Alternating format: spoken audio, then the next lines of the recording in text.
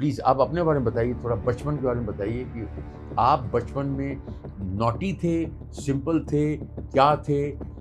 माली हालत कैसी थी फैमिली की और आपने सोचा था कि आप आज की पोज़ीशन आपकी ऐसी होगी? और मैं अपना स्कूल का काम अपने समय पे ही, मैं 10-12 साल की बात बता रहा हूँ, 10-12 साल का रहा हूँगा, तो मैं स्कूल का काम स्कूल में ही 1 घंटे में निपटा के आता था। आय हाय हाय! तो 4 कुंटल गेहूँ हमने जैसे ही उनके राजनगर उतारे, हाँ। जहाँ आज हम रह रहे हैं राजनगर, मैं वहाँ की बात कर रहा हूँ। हुँ, ये सन 92 की बात है। तो 92 में जब हमने वहाँ गेहूँ उतारे, हमने 350 रुपये में उन्हें गेहूँ दी, हमें मंडी में 1000 बचते, तो कुल मिला के हमें 3000 रुपये उस समय बचे। अच्छा। 1000 की बजाय 3000 रुपये बचे, वाह, वाह, वाह! एक ट्रॉली में बचे। हमने सोचा आपके साथ जो बिज़नेस कर रहे हैं, वो प्लॉट ले रहा है, तो किन चीज़ों में ध्यान रखना चाहिए? उनकी सेफ्टी जो है, वो आप कैसे सिक्योर करते हैं?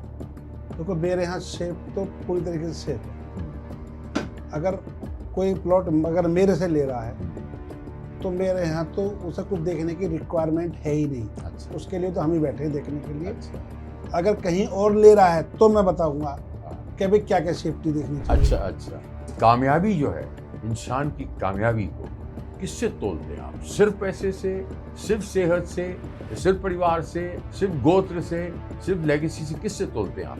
ये हर चीज़ का थोड़ा-थोड़ा मिश्रण हो। आपके नज़र में परिश्रम कामयाबी क्या है? परिश्रम और समय का शेड्यूल, एक ईमानदारी, सारी चीज़ उसमें काउंट होती है। काम करती योगी सरकार का सपना साकार करने के लिए हम इन्वेस्ट मीटिंग में भी हम लखनऊ गए थे। लखनऊ में उन्होंने कहा भाई कोई भी काम करो तो अच्छा काम करो, तो हमने अच्छे काम की ज़्यादा ध्यान दिया, प्रॉफिट का काम बाद में दिया। परंतु जब हम अच्छा काम करते हैं तो प्रॉफिट ऑटोमेटिकली आता है। ऑटोमेटिकली आता है, ऑटोमेटिकली। ठीक है, आपको आपने तरक्की की लाइफ में और तरक्की कर रहे हैं, लाइफ आपको अच्छा भगवान सुख शांति निरोगी जीवन दे। लेकिन कभी ऐसा बीच में लाइफ में ऐसा लो लगा कि आपको लगा कि आता है। ऐसा फेज़ आता है ना, फेज़ आते हैं लाइफ आते में, आते हैं, फिज़िकल आते हैं, मेंटल आते हैं। वो कभी ऐसा लगा आपको? मैं क्या करता हूँ ऐसी स्थिति में, मैं अपनी बात कह रहा हूँ, मेरा जो विजन क्लियर है। रात को मेरा मान लिया स्ट्रेस हुआ हल्का सा कि भाई मुझे पेमेंट करनी है, पेमेंट आ नहीं रही, प्रॉब्लम आती है, तो ऐसी में मैं विचलित नहीं होता। Hi, this is Sudesh Berry and this is Mr. Bridge Kishore Goyal. Ji We are here to inspire and we are here to inspire and we are here only to inspire. And Brij Kishore ji एक ऐसी मिसाल आपको देंगे because इतना inspire करेंगे आज आपको कि आपको ऐसा लगेगा कि यस हम भी जो है ऐसे कुछ काम करें कि हम इनकी तरह बने बिकॉज ये बताएंगे आपको कि आपको रंक से राजा कैसे बनना है और ये जो मुहावरा है कि कौन कहता है कि आसमां में छेद हो नहीं सकता, एक पत्थर तो तबीयत से उछालो यारो, ये है उसकी जीती जाती मिसाल।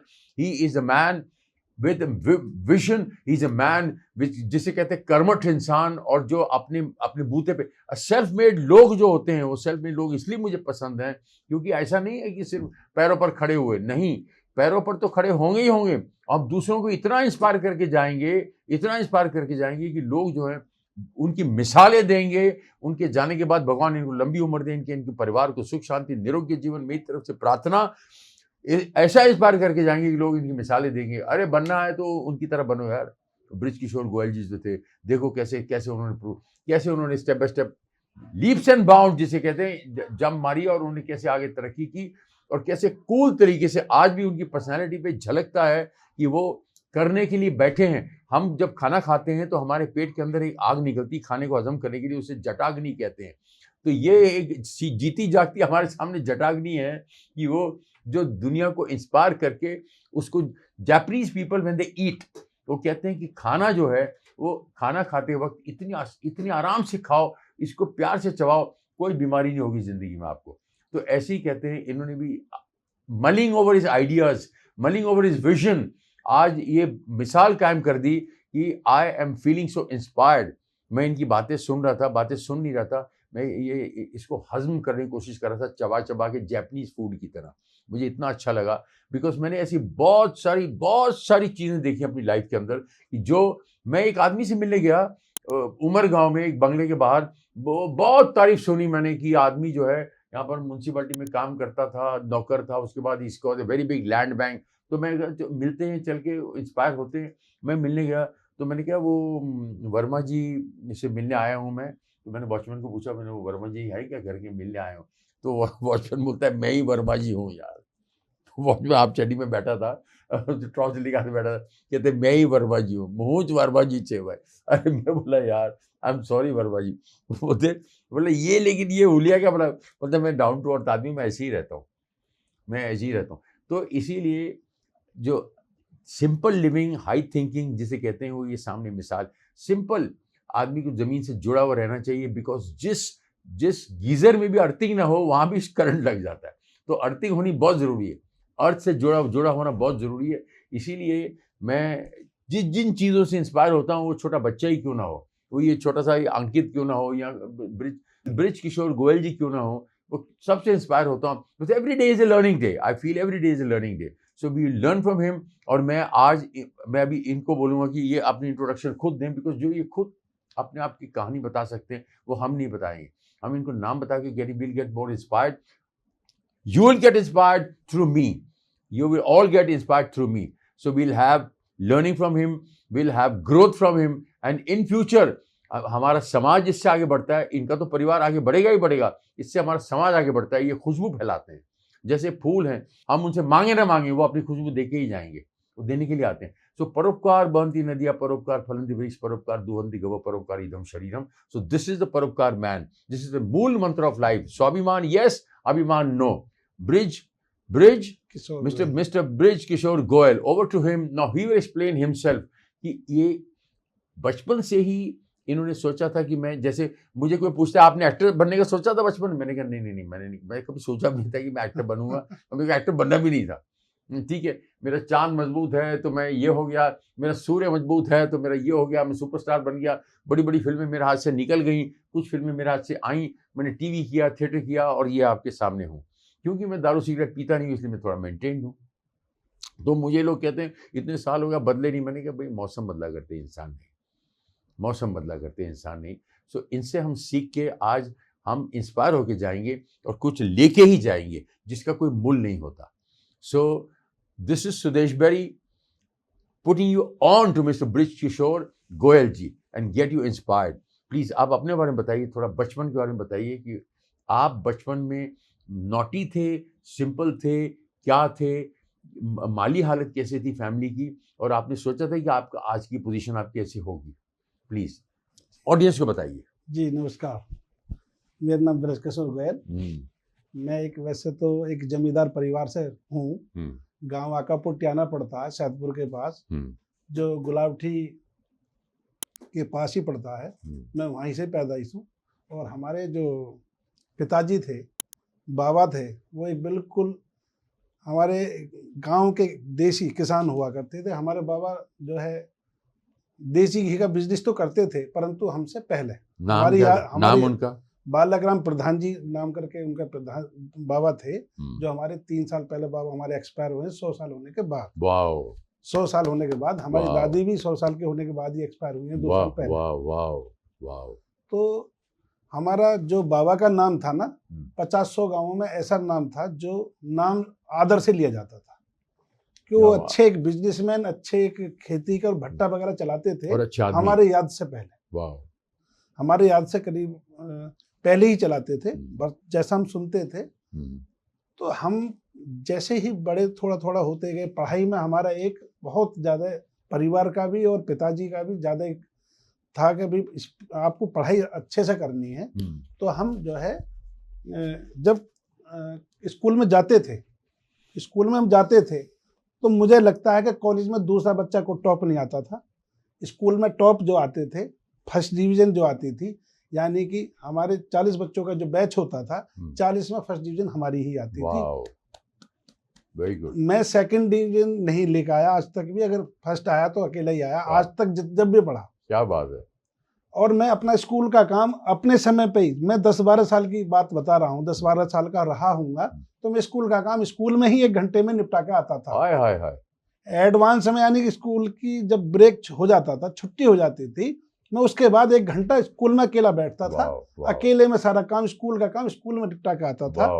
उसके बाद मैं एडवांस में घर आके पढ़ता था।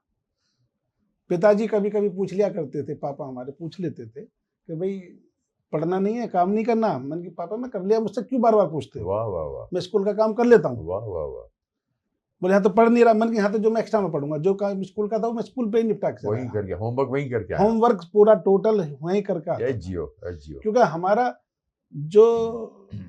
हमारे जो खेत और क्रेशर था, खेत क्रेशर से बिल्कुल लगा हुआ स्कूल था। तो स्कूल में मैं काम करके फिर क्रेशर में आ जाता था। क्रेशर में फिर मैं 2-3 घंटा, जैसा छोटा था गांव में पिताजी के साथ में क्रेशर का काम देखता था, जिसमें हमारे गुड़ और खांड वगैरह बनती थी। तो मुझे पहले से ही हल्का सा लगाव था बिजनेस में भी, खेती में भी। मैं खेती भी खुद करता था। अच्छा। आलू की खेती, उसकी गन्ने की खेती, गेहूं की खेती मैं खुद अपने हाथ से ट्रैक्टर वगैरह भी चलाता था। वाह वाह वाह। मैं 12 साल की उम्र में ट्रैक्टर चला लेता वाह था, वाह वाह। खेत जोत लेता था। वाह वाह वाह। खेत किसान था मेरा, कोई किसी बिजनेस से कोई ज्यादा लेन देन नहीं था। फिर भी जो हमारे घर में काम होता था मैं उसे परिपक्व तरीके से कर लेता था। वाह वाह वाह। पढ़ते पढ़ते हमारे उसके बाद में जब हम 9th 10th कर रहे थे, तो हमारे पिताजी, पिलखवा पड़ता है गाजियाबाद में यूपी के अंदर पिलखवा पड़ता है। तो वहाँ हमारे मामा रहते थे। तो मामा के पास हम जब कभी छुट्टी होती थी तो हम जाते थे। तो मेरा मन कुछ काम करने का आया, कुछ बिजनेस करने का आया। तो हमारे एक मामा गेहूं का जूते का काम करते थे, जूते की दुकान थी। तो मैं अपने मामा से बोला मुझे या तो नौकरी करनी है या मैं कुछ बिजनेस कर लूँ। बोले भाई जूते का काम ऐसे कर लो। तब उम्र क्या थी आपकी? मेरी उम्र उस समय 15 साल की थी। तब 15 साल की थी। 15 साल की उम्र में लगभग मैं 9th 10th में था। अच्छा। मैं 89 में मैंने 10th करी थी। 89 में मैंने हाई स्कूल करी थी। तो हाई स्कूल की जब छुट्टी 3 महीने की पड़ती थी, उस समय यूपी बोर्ड से मैं पढ़ा हुआ हूँ।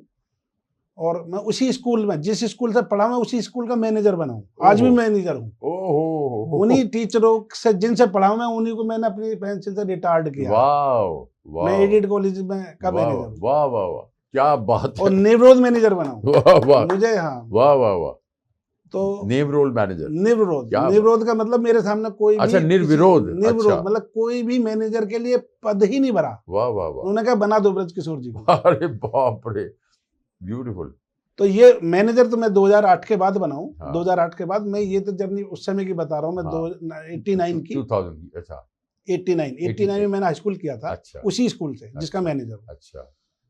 तो जब हम जूते की बात बता रहा हूँ मैं, कहाँ से मेरा थोड़ी सी ललक लगी बिजनेस की। मैं अपनी बिजनेस की ललक बता रहा हूँ। कर्मठ और आदमी जो चाहता क्या नहीं कर सकता। हाँ। मैं उस समय 89 में सोचता था अगर मेरे पे 1 करोड़ रुपए होता, जीवन में मुझे कुछ करने की जरूरत नहीं है। हाँ। मैं ये सोचता था क्योंकि हम पे खेती थी, खेती बाड़ी थी, क्रेशर था, कब सब कुछ था, परंतु पैसा नहीं था। जो हम बिजनेस करते थे तो देखने को पैसा नहीं था। 1 करोड़ रुपए बहुत बड़ा पैसा माना जाता था। 89 के आसपास। तो मैं अपने मन में ही सोच बैठा, मन के 1 करोड़ रुपए मिल जाए, मुझे कुछ करने की जरूरत नहीं है। मैं अपने मन की भावना बता रहा हूँ, जैसे भगवान से मांगते हैं इस तरीके से मैं एकांत में सोच रहा था। पर मुझे खुद को नहीं पता था कि हम आज इस ऊंचाई तक आ जाएंगे। तो हमने क्या किया, जब हमने जूते का काम, हमने मामा से कहा, मैंने कि चलो मामा जूते का काम करा दो, अब जिस तरीके से करते हैं। तो हम छोटी सी बात बता रहा हूँ जिससे हमें उससे एक बड़ी सीख मिली।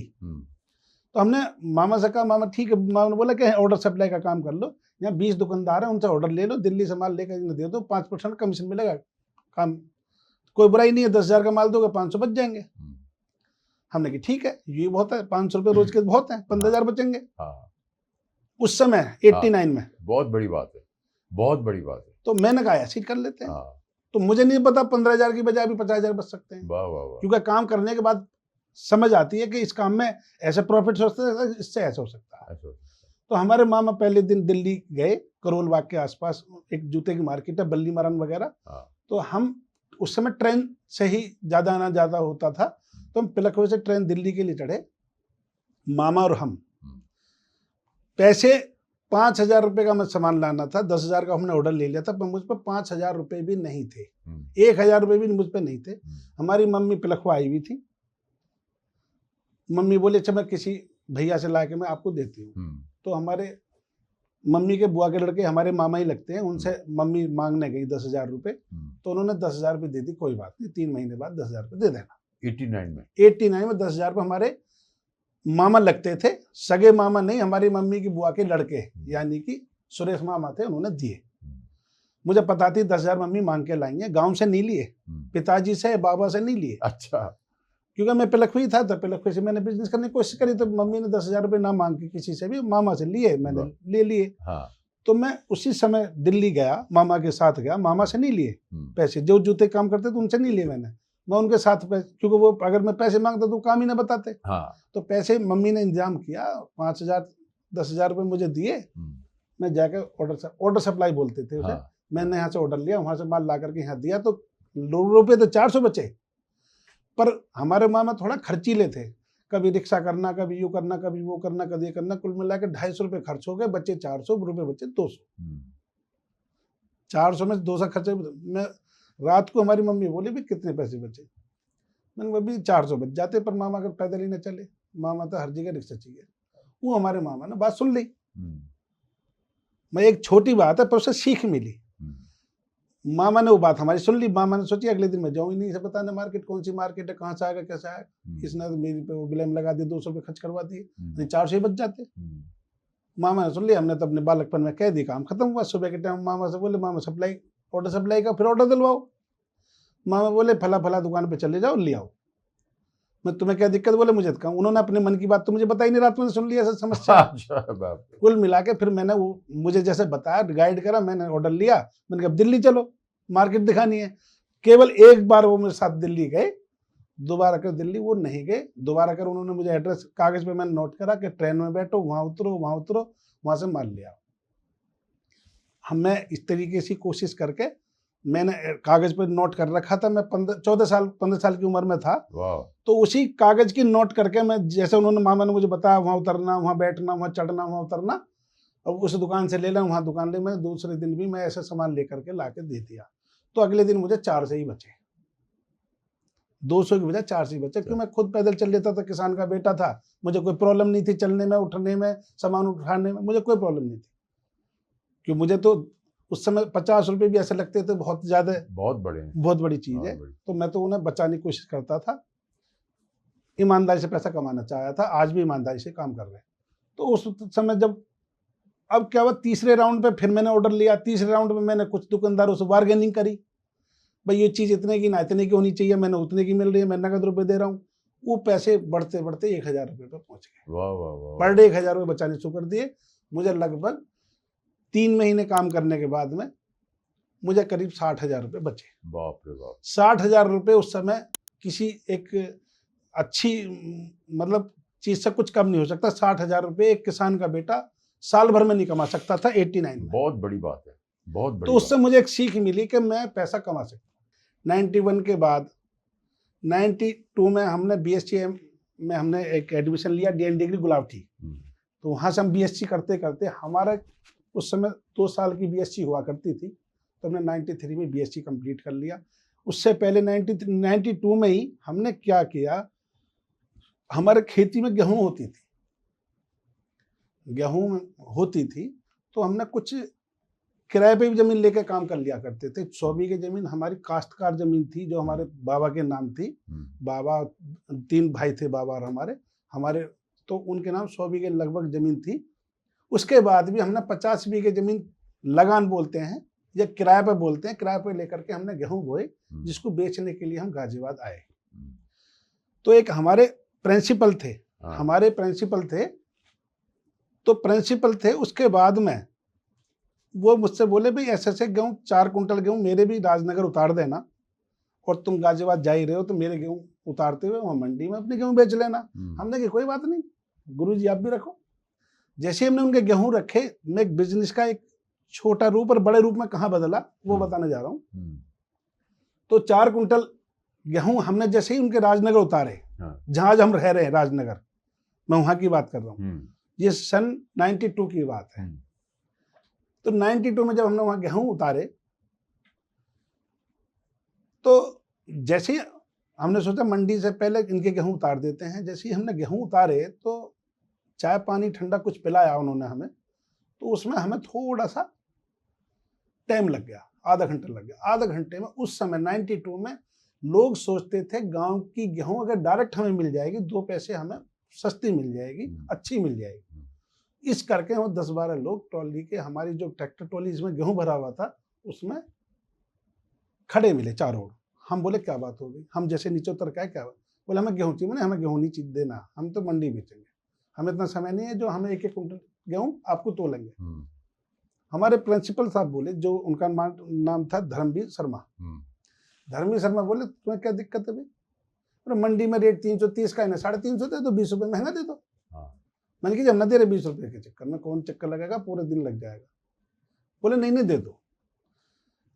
हमने 350 रुपये में उन्हें गेहूँ दी।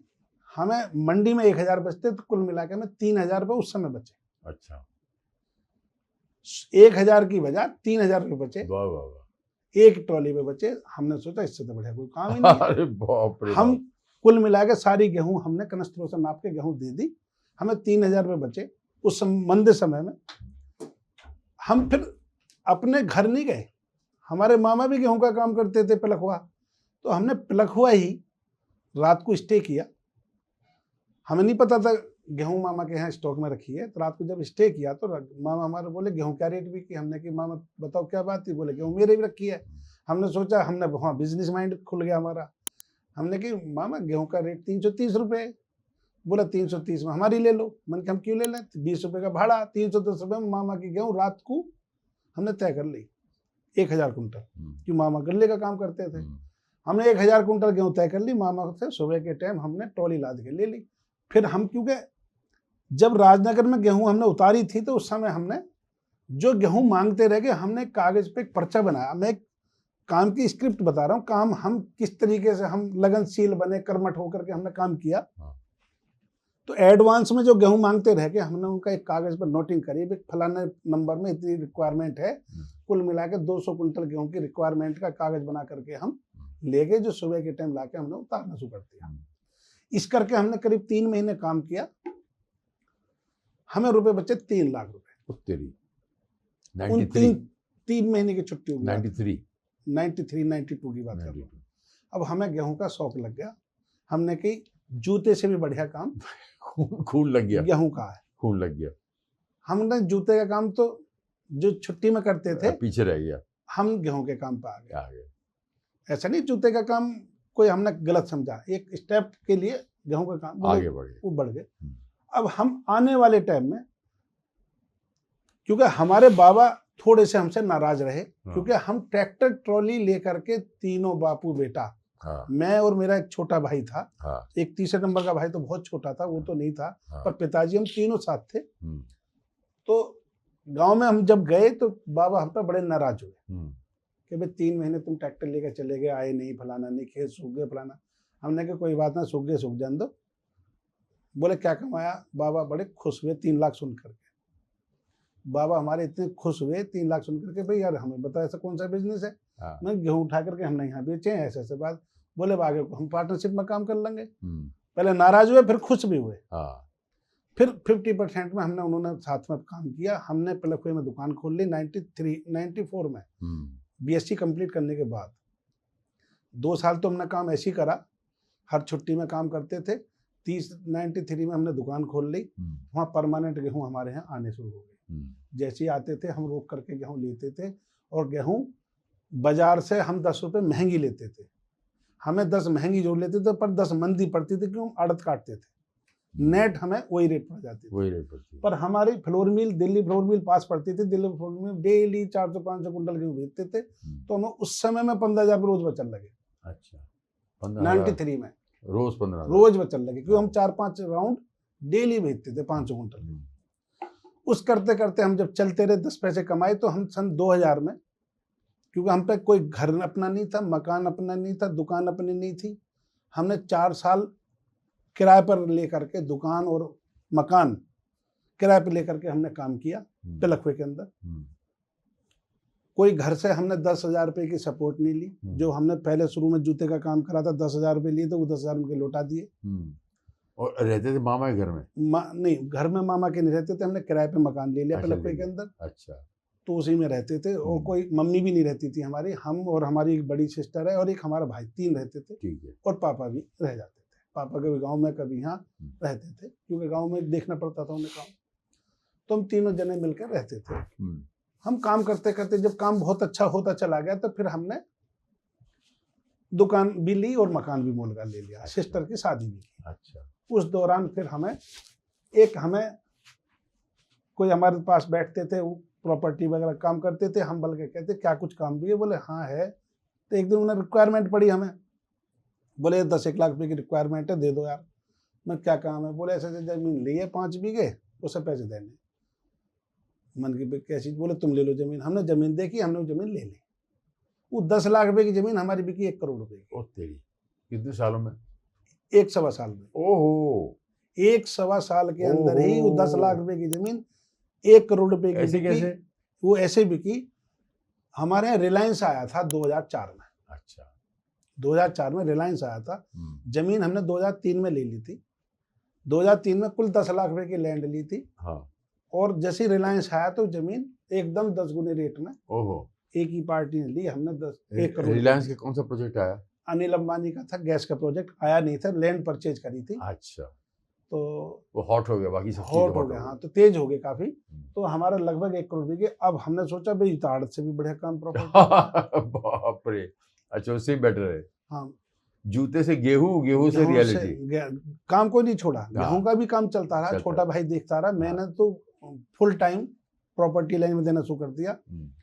तो मेरा कहना इतना है कि मैंने ये देखा है इस कार्यशैली में, जीवन में, जो हमने चाहा उससे ज्यादा मिला है। ज्यादा केवल एक ही बात रही है कि मैंने कोई टाइम, कोई समय नहीं देखा, या मेरी फैमिली ने कोई समय नहीं देखा, कोई समय की टीम। मैंने, जब हम गेहूं का काम करते थे, अगर लेबर भी नहीं है, मैं खुद अपनी कमर पे बोरी गेहूं की लाद देता था। क्या बात है, क्या बात। पूरी ट्रॉली को गेहूं की लाद देते थे और लादने के बाद सीधा मिल पे पहुंचाते थे। तो रुपए हमें 5,000-8,000 रुपए पर चक्कर बचते थे। वाह वाह वाह। मतलब ऐसे ही नहीं, किसी लेबर से ट्रॉली भरना, 1 कुंटल की गेहूं की बोरी हुआ करती थी। पहले किसानों का तोलना, फिर उसे भरना, फिर उसे लादना, फिर वहां पहुंचाना, फुल पेमेंट देना। अल्टीमेटली हमने वो काम किया जो हम 15-16 साल की उम्र में नहीं करना चाहिए था, वो करते थे। हम ड्राइविंग भी खुद करते थे, ट्रैक्टर में चलाना जानते थे, 12 साल से सीखे हुए थे। गांव के हम चलाने जानते थे। कितनी बड़ी बात है, 15 साल का लड़का। हाँ, देखो जूते का काम भी किया। हाँ, और वो भी किया इंडिपेंडेंटली, अपने बूते पे, मतलब अपने बूते पे। हाँ, मामा केवल एक ही दिन गए थे, दोबारा गए नहीं। 200 रुपए रिक्शा के खर्च कर दिए, सुनाई दे दिया। बताइए, वो बैठ गया घर में बस। अब ये समझिए कि मतलब ये मैं इस पे एक अपने आप में बड़ा कॉन्फिडेंस समझता हूँ, अच्छा समझता हूँ कि हम जिस चीज को सोच लेते वो हो जाता है। वैसे नहीं हो जाता, वैसे ही कोई ऐसे नहीं। हमने कोई दिन देखा ना रात देखा, हम 24 घंटे कर्म करते रहे। हम आपको मैं और थोड़ा सा आइडिया दे दूं, जब हम गेहूं का काम करते थे, इनकम की वजह से, या ये मान लो कि भाई हम जिस काम को कर रहे हैं उसे पूरा करने की वजह से, हम क्या करते थे, सुबह ही सुबह गेहूं तोड़ना शुरू कर देते थे। कभी कभी रात हो जाती थी, कभी रात हो जाती थी, और दिन में खाना तक मुहस्सन नहीं होता था। खाना तक भी हम सोचते नहीं थे खाना, क्यों? काम का समय ऐसा था। पहले गेहूं भर रहे हैं, फिर तोल रहे हैं, फिर लाद रहे हैं। कुल मिलाकर के बीच में अगर कुछ भी लेबर हट गई, मैं हट गया, कोई भी किसान चला गया, तो 2-3 घंटे का गैप हो सकता था और चक्कर हमारा खत्म हो सकता था। हम सुबह से शाम तक दिल्ली मिल पहुंच करके एक राउंड मार लेते थे। ओके। जो दिल्ली मिल है, दिल्ली मिल डीएफएम का नाम था। अब हमने जीएफएम अपनी खुद लगाई हुई है आज की डेट में, फ्लोर मिल। तो उसी तर्ज पे हमने अपनी फ्लोर मिल लगाई। जिस फ्लोर मिल में हम माल बेचते थे, बिल्कुल सेम उसी क्वालिटी और क्वांटिटी के हिसाब से हमने एक पलखवे फ्लोर मिल लगाई, गोदावरी फ्लोर मिल, जिसका नाम, जिसमें हम फॉर्चून आटा, अडानी वगैरह का भी आटा भरते हैं, और आशीर्वाद का भी, और अपना जीएफएम फूड्स का भी आटा, मैदा, सूजी, चोकर सभी बनाते हैं। पूरे ब्रांडेड आइटम बनाते हैं। कहीं भी हमने अपनी क्वालिटी में कोई भी समझौता नहीं करते। प्रॉपर तरीके से बनाते। तो इसी तरीके से जर्नी शुरू तो होती चली गई। फिर हम जब प्रॉपर्टी लाइन में आए, प्रॉपर्टी लाइन में जो है, जो भी ले लेते थे, पहली बात तो मजबूती से हम काम करते थे, ऐसा नहीं है बिल्कुल भी। जब हमें तजर्बा होता चला गया तो हम जो लेते थे बड़े पैशंस रख करके माल बेचते थे। उसी काम को आगे बढ़ाते बढ़ाते फिर हमने एक लैंड यहाँ पे ले ली थी हापुड़ के पास। तो उसमें हमने एक इंजीनियरिंग कॉलेज लगाया। एक हमारे मित्र मिले, राकेश सिंघल जी, वो बोले भाई उनका एक बाकी भी डेंटल कॉलेज था, तो हमारे साथ पार्टनरशिप में उन्होंने हमारी लैंड पे इंजीनियरिंग कॉलेज लगा दिया, जिसमें हम आज भी पार्टनर हैं इंजीनियरिंग कॉलेज क्या नाम है उस कॉलेज का? जेएमएस ग्रुप ऑफ इंस्टीट्यूट के नाम से, जेएमएस ऑफ इंस्टीट्यूट के नाम से इंजीनियरिंग अच्छा। कॉलेज है। इसमें बीटेक एमबीए सारे कोर्सेज है, ओके। आर्किटेक्चर का भी कोर्स है हम्म, और JMS world school international school भी है। अच्छा, वर्ल्ड स्कूल नाम रखा हुआ है। जी जी। तो इस तरीके से हाईवे टच है या अंदर है ये? बिल्कुल हाईवे पे है। हाईवे पे है। जितनी भी हमारी लोकेशन है प्रॉपर्टी की या हमारे रेजिडेंस की या हमारे प्रतिष्ठान की, जितनी भी लोकेशन है सब प्राइम लोकेशन है। जितनी भी लोकेशन जहाँ भी हम रहते हैं, राजनगर रहते हैं, बिल्कुल पॉश एरिया टॉप एरिया में रहते हैं। ओके। और फ्लोर मिल भी है, तो बिल्कुल पिलखवा टोल टैक्स में मेन रोड पे फ्लोर मिल है, गोदावरी फ्लोर मिल। अच्छा। उसके बाद में हम पे लैंड बैंक बनता चला गया। जैसे ही हमने 10 लाख रुपए अपने पास से लगाए और 90 लाख प्रॉफिट के हो गए, तो 90 लाख रुपए हम क्या घर को नहीं लाते थे, 90 लाख रुपए हैंड टू हैंड दूसरी जमीन में इन्वेस्ट कर देते थे। अब 90 लाख वाली जमीन बिक गई, मान लिया 2.5 करोड़ रुपए की, तो उससे जो इनकम हुई 1 करोड़ 60 लाख रुपए की, फिर हम इन्वेस्ट कर देते थे। अल्टीमेटली ऐसी टर्नओवर करते करते करते करते हम पे लैंड बैंक बहुत अच्छा इकट्ठा हो गया। जिसके बाद हम 2008 के बाद हम वेयरहाउस, लोगों को वेयरहाउस की जगह बेचने लगे। 2008 में रिलायंस रोड पर पहला गोदाम जितेंद्र यादव जी का बना, जो लालू जी के समधी हैं। अच्छा। उनको हमने लैंड बेची थी। अच्छा। तो उन्होंने वेयरहाउस बनाया जो एमएनसी कंपनी को रेंट पे दिया। अच्छा। उस समय रेंट 15-16 रुपए स्क्वायर फीट हुआ करता था। अच्छा। तो हम उस समय लैंड बेचते थे। फिर हमारे दिमाग में आया कि भाई जब हम पे ही लैंड है तो हम क्यों वेयरहाउस का काम कर लें। तो हमने रिलायंस रोड पे अपना एक मीशू को वेयरहाउस बना के दिया किराए पे, जो आज 32 लाख रुपए किराए पे हमने दिया हुआ है। किसको दिया आपने? मीशू कंपनी है। ये कौन सी कंपनी है? ये कोरियन कंपनी है जो ये मतलब कोरियर का काम करती है। अच्छा। तो हमने लगभग 1 लाख स्क्वायर फीट एरिया किराए पे दिया हुआ है। अच्छा। तो उसको हमने, वो लगभग हम पे 100 एकड़ लैंड थी जिसमें हम सारा वेयरहाउस का हमने प्लान किया हुआ था, परंतु हमने उसके ये 100 एकड़ लैंड आई कहाँ से आपके पास? सब ऐसी परचेज करी है प्रॉफिट से ही। अच्छा। मतलब जमीन का काफी टर्नओवर करा हमने अपने क्षेत्र में। मुझे लगता नहीं 70% हमने काम किया है। अच्छा। अगर कोई भी ले बेच होती थी तो 70% हमारे हाथों में होकर जमीन का टर्नओवर होता था। अच्छा। आज भी होता है, पहले भी होता था। 2004 से फुल फ्लैश 24 घंटे इसी काम में हमें रहता था। छोटा भाई हमारा आड़त का दुकान देखता था, तो हमने उसे फ्लोर मिल के उस पर बैठा दिया, फ्लोर मिल लगाई हमने। फिर हमने आड़त का काम तो बंद कर दिया, आड़त का काम को कन्वर्ट करके फ्लोर मिल में ले आए। अच्छा। जो हमारा गेहूं का काम था फ्लोर मिल में ही हमारे वो जो बिजनेसमैन माल देते थे वो आप फ्लोर मिल में माल बेच रहे हैं। अच्छा। और 10 रुपये महंगा बेच रहे हैं। ओके। क्योंकि हमारा रेट गेहूं का निकलता है, उसी रेट से अपना माल आते हैं, दे करके पेमेंट ले जाते हैं। और कस्टमर बिल्डअप भी हो गया ना माउथ टू माउथ पब्लिसिटी से। ये आप जब बेचते हो जो है, क्योंकि हमारे कई सारे प्रोजेक्ट बन रहे हैं, ब्रज उद्योग विहार के नाम से इंडस्ट्रियल पार्क, जो हम वेयरहाउस की बात बता रहे हैं, तो जो 100 एकड़ इकट्ठी करी थी हमने, तो उसके हमने ये विजन इसलिए आया हमारे साथ में, हमने एक लैंड उसके सामने ही एक प्लॉटिंग वालों को बेची। तो मैंने कहा भाई ठीक है, अगर आपका बिक जा तो आप बेच के हमें पैसे दे दें, नहीं बिकेगा तो कोई बात नहीं, हम पैसा आपका रिटर्न कर देंगे। हम पैसा आपका एडवांस का भी नहीं रखेंगे, वो भी पैसा आपका रिटर्न कर देंगे अगर आपका बिक जाए। क्योंकि हमने आज तक के रिकॉर्ड में किसी का भी टोकन नहीं रखा। अच्छा। हम ये चाहते हैं सामने वाले को प्रॉफिट होगा तो हमें बेनिफिट है, नहीं होगा तो अपन ने पैसे रिटर्न ली जाएगी। पेड़ में फल हुएगा तो सब फल खाएंगे। हमने आज तक के रिकॉर्ड में किसी का टोकन भी एडवांस का नहीं रखा है, ये हमारा प्रिंसिपल रहा है। अच्छा। तो हमने फिर जब वेयरहाउस की हमने नींव रख दी तो हमें समझ में आया कि यार ये तो इंडस्ट्रियल एरिया की रिक्वायरमेंट है एरिया में। ये इंडस्ट्रियल एरिया गवर्नमेंट ने को सीआर गवर्नमेंट से अप्रूव कराया हमने। स्पेशल क्या वो सीआरजेड नहीं एमएसएमई नहीं, गवर्नमेंट अनाउंस करती है ना, उसने की थी अनाउंस उसमें। हाँ, इसमें अनाउंस की हुई है। इसमें ऐसा ये है तो फ्री होल्ड एरिया। हाँ, फ्री होल्ड को हमें गवर्नमेंट से अप्रूव कराना होता है। SRZ बोलते हैं ना? ना वो SCZ में नहीं है। SCZ नहीं, SCZ नहीं है। अच्छा, ये एरिया वो है, जैसे हमने लैंड इकट्ठी कर ली। हाँ। योगी जी का एक सपना है कि भाई हमारे यूपी में इंडस्ट्रियां उखड़ती जा रही हैं, लगने की बजाय उखड़ती जा रही हैं। जिस दिन से योगी जी आए उस दिन से इंडस्ट्री का जो है हमारे उत्तर प्रदेश में काफी चाम बना। क्योंकि हमारे दिल्ली में जब से सीलिंग हुई है शुरू 8-10 सालों से सीलिंग का चल रहा है ना, तो दिल्ली से इंडस्ट्रियां बाहर आ रही हैं। दिल्ली से हमारा जो रिलायंस रोड या परसौन या भोजपुर या धौलाना रोड मात्र आधा घंटे की दूरी पर है। इसी वजह से जो है ये काम इंडस्ट्रियल एरिया, फिर उधर योगी सरकार आ गई।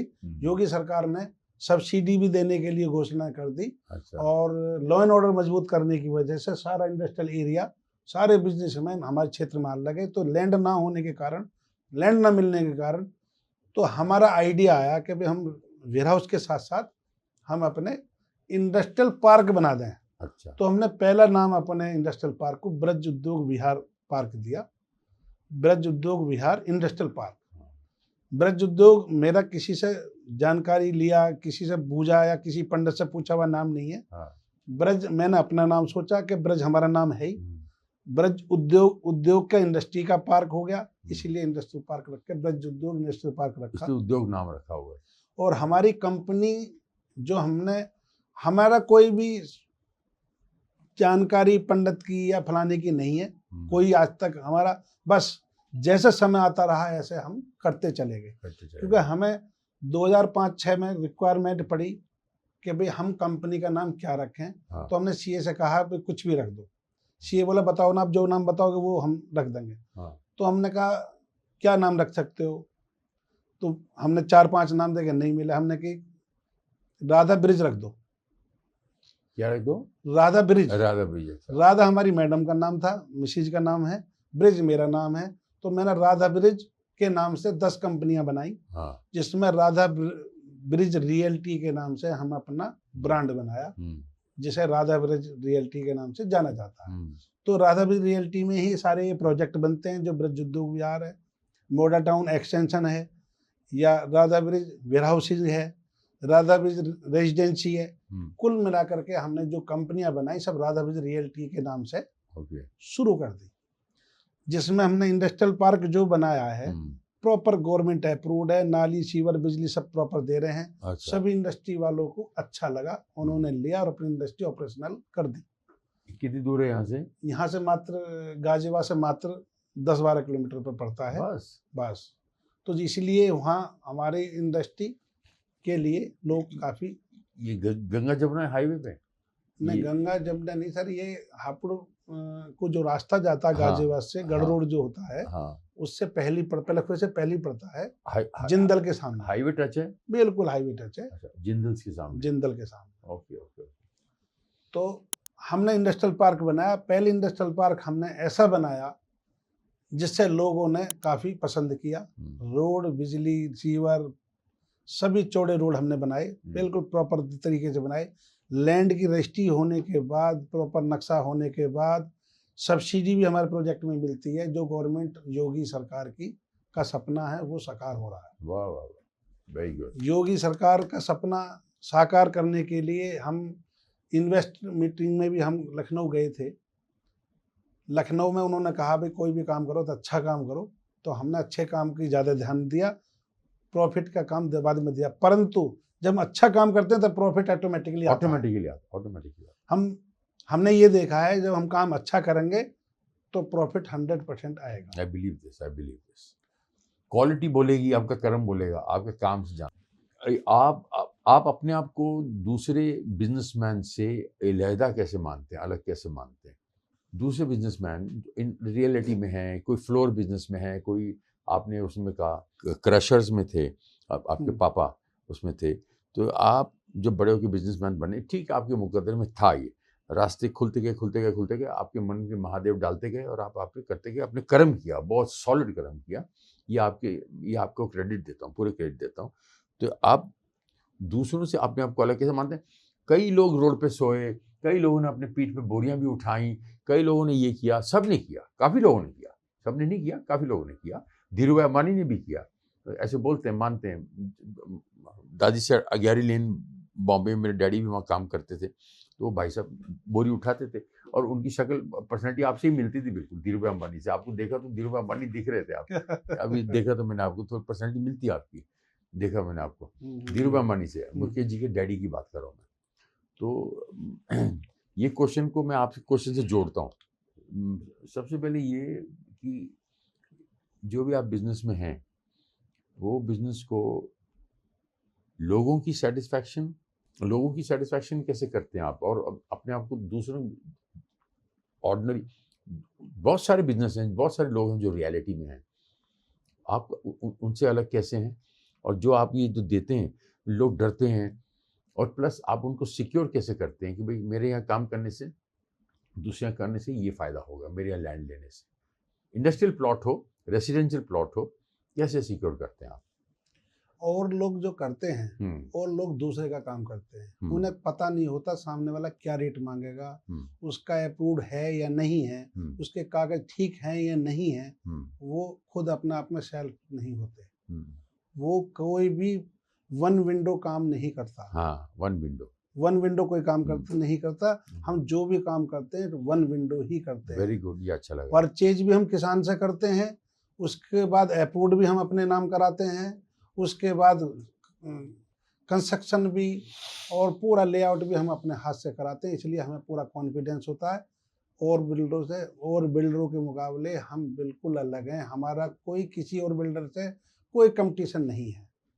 इसीलिए हर आदमी हमारे यहाँ प्लॉट लेने में राहत महसूस करता कि इनके नाम प्रॉपर्टी है, इनके नाम ज़मीन है, इनका खुद डेवलप किया हुआ है, ये डेवलप अच्छा करते हैं, इसलिए औरों से अलग हट करके हमारा रेट होता है।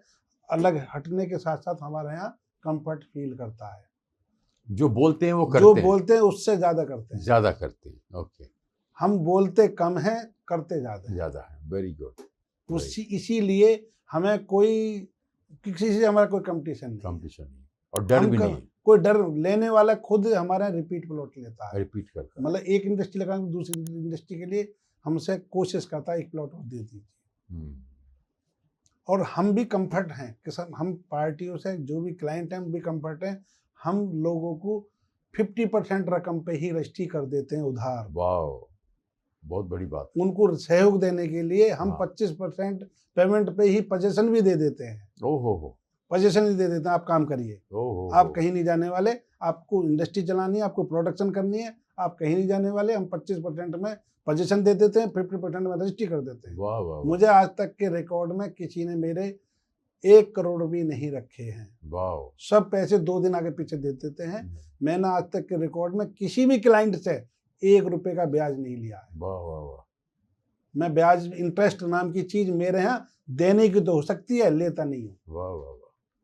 किसी क्लाइंट पे ये कोई प्रेशर नहीं बनाता कि तुमने 5 करोड़ उधार कर लिए, तुमने 3 महीने लेट दिए, ब्याज के साथ दो, मुझे इंटरेस्ट के साथ दो। मैंने आज तक के रिकॉर्ड में किसी भी ग्राहक को कोई दबाव नहीं बनाया है। वाह वाह वाह वाह वाह वाह। क्योंकि मैं जो बोल रहा हूँ लोग सुनेंगे, लोग बताएंगे कि यार ये गलत बोल रहे हैं। हम बिल्कुल जो बोल रहे हैं वो सही बोल रहे हैं। आज तक के रिकॉर्ड में हमने किसी से 1 रुपए का इंटरेस्ट नहीं लिया है। क्या बात है, क्या बात। इंटरेस्ट दिया तो है, अगर किसी से पेमेंट हमारे पास लेट हो गई है तो हमने उसका इंटरेस्ट दिया तो है, लिया नहीं। वाह। इसीलिए हमारे पास ग्राहक है तो हम हैं, हम ग्राहक से हम हैं। यस, क्या बात है। हम इसलिए ग्राहक की संतुष्टि करना हमारा धर्म है। क्या बात, वेरी गुड। आप इंडस्ट्रियल कंस्ट्रक्शंस में हैं, रेजिडेंशियल कंस्ट्रक्शन में नहीं है? मैं रेजिडेंशियल में भी आ चुका हूँ। मॉडल टाउन एक्सटेंशन जो है गाजियाबाद के अंदर, हार्ट है गाजियाबाद का, उसके अंदर भी हमारा मॉडल टाउन एक्सटेंशन आ चुका है, राधाविज रियल्टी के नाम से। क्या, कौन सी रियल्टी? राधाविज रियल्टी, हमारी कंपनी का नाम है राधाविज रियल्टी। राधा ब्रिज। राधा हमारी मिसेज का नाम है, ब्रिज मेरा नाम, हमारी कंपनी का नाम Radha bridge realty. Radha bridge realty, okay. तो उसके अंदर हमारा प्रोजेक्ट एक आ गया है, model town extension GD approved. Okay. GD approved में हमारे प्लॉट स्टील +4 का नक्शा पास करके हम दे रहे हैं, जिसमें आदमी 1 फ्लोर पे 2 बनाएगा, यानी कि एक प्लॉट पर 8 यूनिट बनेंगी, जिसमें 8 परिवार रह सकते हैं। अच्छा, प्रॉपर तरीके से। गेटेड कम्युनिटी है? गेटेड कम्युनिटी है। हाँ। और गेट के अंदर क्लब, पार्किंग सब व्यवस्था है। सब अंदर व्यवस्था है। 4 पार्क दिए हैं। और कितनी जमीन होगी वो? जमीन 30,500 गज जगह है, बिल्कुल शहर का हार्ट है। 30,500 गज 6.5 एकड़ के करीब है। 30,500 गज, 30,000 गज, 40,000 गज, कितने एकड़ हो गए? ये 6.5 एकड़। 6.5 एकड़। मॉडल टाउन एक्सटेंशन के नाम से हमने इस प्रोजेक्ट का नाम रखा है। ओके। वहाँ मॉडल टाउन है ऑलरेडी, अच्छा। बसा हुआ है, अच्छा। अच्छे रईसों का मॉडल टाउन है, अच्छा। जस्ट उसी से लगी हुई लैंड है, तो हमने नाम रखा मॉडल टाउन एक्सटेंशन। एक्सटेंशन। तो वहाँ इस काम को भी हम और कर ये रहे काम हैं। चल रहा है आपका? चल रहा, ऑलरेडी चल रहा। चल रहा है। रजिस्ट्री हमने 1 साल पहले बंगले कर ली बना थी। के देते हैं, उनकी चॉइस के बनाते हैं? हम बना के भी दे देते हैं, प्लॉट भी दे देते हैं, जैसा जैसा भी आदमी आएगा हम ऐसे कर देते हैं। ऐसे कर देते हैं। फुल प्रीडिड रजिस्ट्री है, हाँ। कोई भी किसी तरीका कोई ड्यूज नहीं है। जीडी से अप्रूव होकर के हमारा 1 महीने पहले नक्शा आ चुका है, अब उसके बाद काम चल रहा है। ओके। आप आगे विजन आपका क्या है? ये तो चलो बिजनेस पैसे कमा लिए, ये तो सब आदमी कमाते हैं, बहुत सारे लोग कमाते हैं। आपका विजन क्या है? आपकी विजन हमारा विजन ओनली एक हाँ, है, हाँ। सभी का अपनी छत हो, अपना घर हो, सभी पे कमाने काम करने के लिए अपनी इंडस्ट्री हो। जो भी मुझसे सहयोग होगा, मुझे उतना करने के लिए मैं सभी को तैयार हूँ। रोजगार को, बेरोजगार को रोजगार देना और लोगों को अपनी छत देना, मेरा मेन मकसद ये है। कमाना खाना सब्जी का चलता रहेगा, उसमें कोई हमें मतलब नहीं है। कोई भी आदमी मेरे यहाँ 1500 आदमी काम करता है। फार्मिंग छोड़ दी?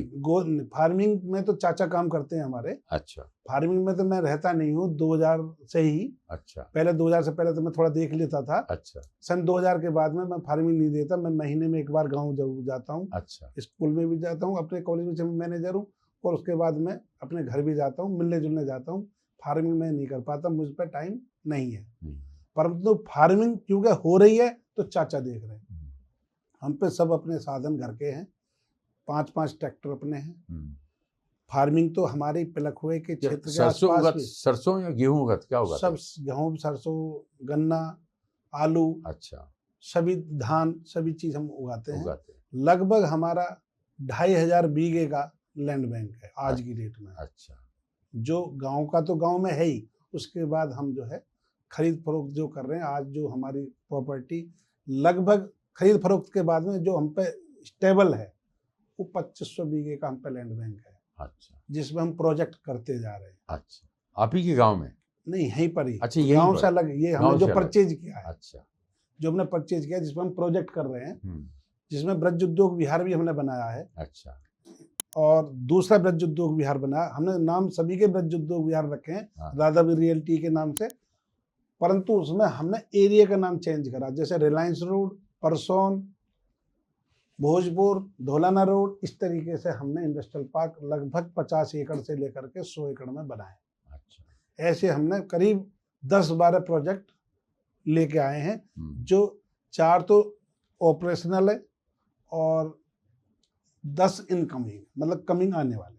अच्छा। लैंड हम परचेज कर चुके हैं, नक्शे पास हो रहे हैं। तो हमारा केवल एक ही विजन है, जैसे मोदी जी ने कहा है, सबका साथ सबका विकास, स्टार्टअप इंडिया। एक मतलब इंडस्ट्री अगर हम अपने देश के अंदर लाएंगे तो बेरोजगार को रोजगार मिलेगा। वही हमारा विजन है, उसी में हमारा बिजनेस है, उसी में हमारा सब कुछ है। सब कुछ।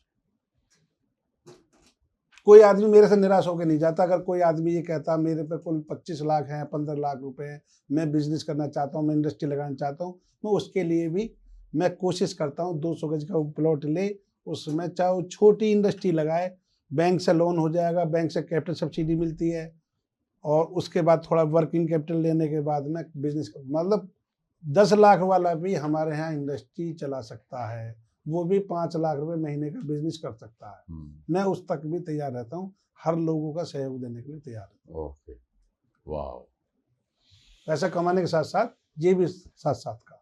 ओके। तो आपने एनजीओ को खोल रखा है? नहीं, मैं एक इंटर कॉलेज का मैं मैनेजर हुई, वहाँ भी मैं जो भी करता हूँ डोनेट करता हूँ। अच्छा। गौशाला में मैं ट्रस्टी हूँ। कॉलेज है भी आपका? इंजीनियर कॉलेज भी हमारा है। वो कहाँ है? ये हापुड़ बाईपास पे जेविस इंजीनियरिंग कॉलेज है। अच्छा। और कितने बच्चे हैं उसमें? उसमें करीब 2000 बच्चे हैं। 2000 बच्चे। अच्छा। इंजीनियरिंग कॉलेज है, और उसमें इंटरनेशनल स्कूल भी है बच्चों का। अच्छा। 10+2 का। अच्छा। वो शहर है हापुड़, बड़ा शहर हाँ, है? डिस्ट्रिक्ट है, अच्छा, डिस्ट्रिक्ट हापुड़। डिस्ट्रिक्ट हापुड़ है सर। जी जी। गाजियाबाद, पहले गाजियाबाद हुआ करता था, अब हाँ। हापुड़ हो गया। अच्छा, हापुड़ हो गया। ऐसा में कुछ लोग ऐसे हैं कि भाई अपना सर्विस करते हैं, सर्विस करने के साथ साथ 10, 20, 50 लाख रुपए इकट्ठे कर लेते हैं। तो मैं उनको भी एक सजेशन देता रहता हूँ कि भाई आप एक प्लॉट लो, उसे रेंट पर बना करके किराए पर दे दो। हमारे यहाँ 30 रुपये स्क्वायर फीट का रेंट है। मान लिया किसी ने 500 गज का प्लॉट लिया, 500 गज पर लगभग 1.5 लाख रुपए महीना किराए का आ जाता है। तो उधर तो आप सर्विस कर रहे हो, 1.5 लाख रुपए के 1.5 लाख आपको यहाँ से मिल रहा है और प्रॉपर्टी का एप्रिसिएशन हो रहा है। तो वो हमारे लोग, ऐसे भी हमारे काफ़ी जुड़े हुए लोग हैं जो एप्रिसिएशन भी लेते हैं और साथ में रेंट भी लेते हैं। अच्छा। बड़े स्केल पे जो लेते हैं, बड़े स्केल पे तो करोड़ों रुपए महीना आता है। मैं आज की डेट में अपना भी, मेरा 1 करोड़ रुपए महीने की इनकम का सिस्टम है, केवल रेंट का। हमने भी खुद, हम बड़े वेयर हाउस बनाते हैं। पहले हमने 1 लाख बनाया, फिर हमने 2 लाख बनाया, अब 4 लाख की तैयारी चल रही है। केवल इसलिए MNC कंपनियां 28 रुपये स्क्वायर फीट का लगभग रेंट देती हैं इसी NCR के अंदर, गाजियाबाद के, नोएडा के, हापुड़ के बीच में। तो हमारा खुद का वेयर हाउस बने हुए हैं और हम रेंट पे देते रहते हैं। आपके साथ जो बिजनेस कर रहा है, जो प्लॉट ले रहा है, तो किन चीज़ों का ध्यान रखना चाहिए? उनकी सेफ्टी जो है वो आप कैसे सिक्योर करते हैं? देखो, मेरे यहाँ सेफ तो पूरी तरीके से सेफ है। अगर कोई प्लॉट अगर मेरे से ले रहा है तो मेरे यहाँ तो उसे कुछ देखने की रिक्वायरमेंट है ही नहीं। अच्छा। उसके लिए तो हम ही बैठे हैं देखने के लिए। अच्छा। अगर कहीं और ले रहा है तो मैं बताऊंगा कि भाई क्या क्या सेफ्टी देखनी चाहिए। अच्छा अच्छा। मैं मेरे यहाँ तो मैं देख ही रहा हूँ, मुझ पर लोग ट्रस्ट करते हैं। अच्छा। और मैं किसी के साथ गलत करता भी नहीं। देखने की सबसे पहली बात यह है, प्रॉपर्टी प्रॉपर अप्रूव्ड हो। दूसरा, उसकी धारा सी हो। तीसरा, जो रास्ते हैं, नाली हैं, सीवर हो, वो प्रॉपर हो। कोई प्रॉपर्टी में कोई विवाद कोई चल ना रहा हो, मौके पे पोजीशन हो। लोग हवा में बेच देते हैं, कागजों पे बेच देते हैं। मौके पे पूरा प्रॉपर पोजीशन हो, पूरा बिल्डअप हो, उसके बाद प्रॉपर्टी परचेज और सेल करनी चाहिए। लाइफ में आपकी जर्नी में, आपकी पूरी जिंदगी की जर्नी में कौन सी ऐसी सिचुएशन ऐसी कभी आई होंगी जब आपको ऐसा बहुत लो लगा होगा, आपको कैसा लगा होगा, यार जिंदगी जो है वो मज़ा नहीं आ रहा है यार, लाइफ ठीक है, आपको आपने तरक्की की, लाइफ और तरक्की करें, लाइफ आपको अच्छा भगवान सुख शांति निरोगी जीवन दे, लेकिन कभी ऐसा बीच में लाइफ में ऐसा लो लगा कि आपको लगा कि ऐसा फेज आता है ना, फेज आते हैं लाइफ में, आते हैं, फिजिकल आते हैं, मेंटल आते हैं, वो कभी ऐसा लगा आपको? हाँ बिल्कुल, वो बताइए। बिल्कुल, वो बताइए। जब भी कभी ऐसा होता है, मान लिया मैंने कोई प्रॉपर्टी परचेज कर रखी है, 2 की बजाय 5 प्रॉपर्टी परचेज कर रखी है, बाजार में मैंने 4 बेच भी रखी हैं। 4 तो मान लिया रेजिस्ट्रेशन आ गया, बाजार में प्रॉब्लम आ गई, पेमेंट नहीं आ रही है, तो मैं ऐसी स्थिति में मैं विचलित नहीं होता हूँ। मैं क्या करता हूँ ऐसी स्थिति में, मैं अपनी बात कह रहा हूँ, मेरा जो विजन क्लियर है। रात को मेरा मान लिया स्ट्रेस हुआ हल्का सा कि भाई मुझे पेमेंट करनी है, पेमेंट आ नहीं रही, प्रॉब्लम आती है, तो ऐसी में मैं विचलित नहीं होता हूँ। विचलित होता हूँ, उस पर मंथन करता हूँ 1 घंटा, कम से कम 2 घंटा। अच्छा। मैंने आज तक बिना पान, बीड़ी, सिगरेट, सब तंबाकू और बिना शराब का सेवन करे नींद आती है। आज तक मैंने कोई नींद की गोली नहीं ली। वाह वाह वाह, जय हो।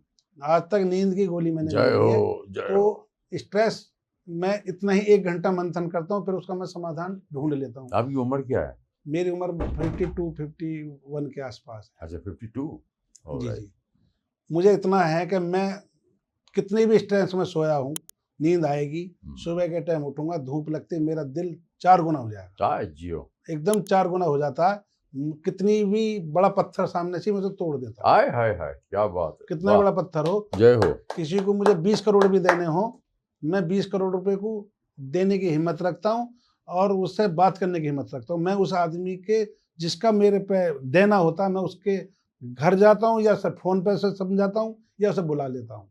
उससे कहता हूँ भाई इस पार्ट को 4 पार्ट में कर लीजिए, अब मैं इतना दूंगा, मैं उतना दूंगा, चाहे इंटरेस्ट दूंगा, कुल मिला के उसे मैं संतुष्ट करके मैं अपने काम को खींच के आगे ले जाता हूँ। मैं कभी विचलित नहीं होता और मेरा काम आसान हो जाता है। केवल पैसेंस रखने की देर है। कहीं मेरे बिजनेस में या मैं मानता हूँ किसी भी काम में कोई नुकसान नहीं है। सही बात है। कोई विचलित नहीं होता। मैं तो विचलित होता नहीं हूँ। और जो छोड़ के जाते हैं वो उल्टा अपना लॉस करते हैं। जो अगर गलती से छोड़ के चला गया, मुझे उसमें भी बेनिफिट होता है। मैं उसका भी विद इंटरेस्ट पैसा रिटर्न कर देता हूँ।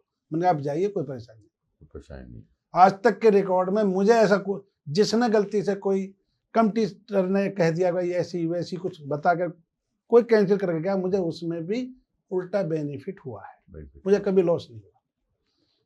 अगर कैसी मान लिया कभी कभी मैं स्ट्रेस में आ जाता हूँ, भाई देनदारी मुझे 10 करोड़ की है, मेरे पे है 1 रुपये की व्यवस्था, 1 करोड़ की व्यवस्था, मैं कैसे करूँ, परेशान हो जाता हूँ। मैं कभी परेशान नहीं होता। और तो और मैं घर में भी कोई बात ज़्यादा नहीं शेयर करता। एक छोटा भाई पंकज है, उससे बताता हूँ, छोटा मोटा करके मन हल्का करा। सुबह के टाइम सूरज देखती पता ना ये कुदरत का करिश्मा है, मेरा दिल एकदम 4 गुना हो जाता है। बहुत अच्छे। और मुझे बड़े से बड़ा पत्थर तोड़ने की शक्ति मिल जाती है। वाह वाह वाह, क्या बात है, क्या बात, क्या और बात, आज भी मैं वही हिम्मत रखता हूं। क्या बात, ब्यूटीफुल। कामयाबी जो है, इंसान की कामयाबी को किससे तोलते हैं आप? सिर्फ पैसे से, सिर्फ सेहत से, सिर्फ परिवार से, सिर्फ गोत्र से, सिर्फ लेगेसी से, किससे तोलते हैं आप? ये हर चीज का थोड़ा थोड़ा मिश्रण हो। आपके नजर में कामयाबी क्या है? परिश्रम और समय का शेड्यूल, एक ईमानदारी, सारी चीज उसमें काउंट होती है। मतलब आदमी का परिश्रम भी बहुत जरूरी है, समय पे डिसीजन लेना बहुत जरूरी है। समय पर आप डिसीजन नहीं ले पाओगे तो परिश्रम भी काम नहीं करेगा। डिसीजन के साथ साथ उसे फॉलो करना बहुत जरूरी है। समय समय पर जो किसी को आपने कमिटमेंट कर दी उसका भी ध्यान देना बहुत जरूरी है। तो मैं समझता हूँ हम किसी भी ऊंचाई को छू सकते हैं अगर हम कमिटमेंट और परिश्रम और समय के हम पाबंद हो जाए। मतलब व्यवहार तो बहुत जरूरी। व्यवहार के बिना तो हम बैठ भी नहीं सकते। हमारा पूरे बिजनेस में मेरा ही नहीं, मेरी फैमिली का, हमारी मिसेज का, हमारी मदर का, हमारे भाइयों का वो व्यवहार है। अगर गलती से कोई आदमी मेरे एब्सेंट में जाता है तो वो यही फील करता है कि मैं अपने घर में बैठ के आया। वाह वाह वाह। किसी को चाय पानी की तो बहुत दूर की बात है, अगर खाने का समय हो रहा तो बिना खाने खाए हमारे परिवार घर से नहीं जाने देगा, चाहे कैसा ही भी आदमी। वाह वाह वाह। खाना चाहे खुद बनाना पड़े, खुद बना के खिलाएंगे। ऐसा नहीं है कि भी खुद बनाने में कोई प्रॉब्लम आदि हमारी में। ऐसा कोई आदमी नहीं मिलेगा हमारे जीवन में ये कहने वाला कि मैं उनसे यहाँ चाय या खाना नहीं खाता है। बहुत अच्छे। उससे क्या है, खाना कोई हम खिलाने वाले कोई नहीं है, सब ऊपर वाला। परंतु हमारे जो घर का नेचर है, हमारे पिताजी का जो नेचर था वो सेम यही की था, अतिथि का हमेशा आदर सत्कार करो, जिस रूप में भी हो सकता हो। वाह वाह वाह वाह, जितना भी हो सकता, जितना भी हो सकता, जितना भी हो सकता। बहुत अच्छे। अभी लास्टली ऑडियंस को आप एज अ सक्सेसफुल पर्सन जी क्या ऑडियंस को मैसेज देंगे? शॉर्ट एंड स्वीट, ऑडियंस को क्या मैसेज देंगे? अपना पर्सनल मैसेज जो आपका खुद का, आपकी खुद की जिंदगी, जी क्या मैसेज देंगे आपको इंस्पायर करने के? मेरा कहना इतना है कि रादर विद रियलिटी हमारा ग्रुप जो चल रहा है, हमारा ग्रुप का जो ब्रांड है, जो भी हमारे प्रोजेक्ट्स हैं, जो भी आदमी इन्वेस्टमेंट करेगा उसकी जिम्मेदारी ब्रजकिशोर गोयल की होगी। पैसे से लेकर के, इन्वेस्टमेंट से लेकर के आने वाले उसमें प्रॉफिट तक, मतलब उसमें मैं अगर कोई इन्वेस्टमेंट करेगा जिस रूप में भी करेगा उसकी एक एक पैसे की जिम्मेदारी मेरी होगी, ब्रजकिशोर गोयल की होगी। मेरी किसी भी टीम के थ्रू कोई भी करेगा। दूसरा, उसमें रिटर्न जो होगा कम से कम एप्रिसिएशन तो 15% होगा, और रेंट अगर कोई इनकम बनाना चाहेगा उसमें भी 12% कम से कम रिटर्न के साथ एप्रिसिएशन होगा, रिटर्न होगा। हमारा जो flour mill, Godavari flour mill हमारा प्रोजेक्ट है, उससे भी अगर कोई बिजनेस करेगा वो भी हमारा पर्सनल अपना प्रोडक्ट है गोदावरी फ्लोर मिल, उसमें भी कोई प्रॉब्लम किसी तरीके नहीं है, उसमें भी मैं ब्रजकिशोर गोयल ही जिम्मेदार होगा। तो मेरा कहना इतना है कि जो भी हमारे प्रोजेक्ट्स चल रहे हैं, Braj Udyog Vihar, model town extension, industrial park, हमारे 4-5 प्रोजेक्ट ऑलरेडी चल रहे हैं और 10 आने वाले हैं।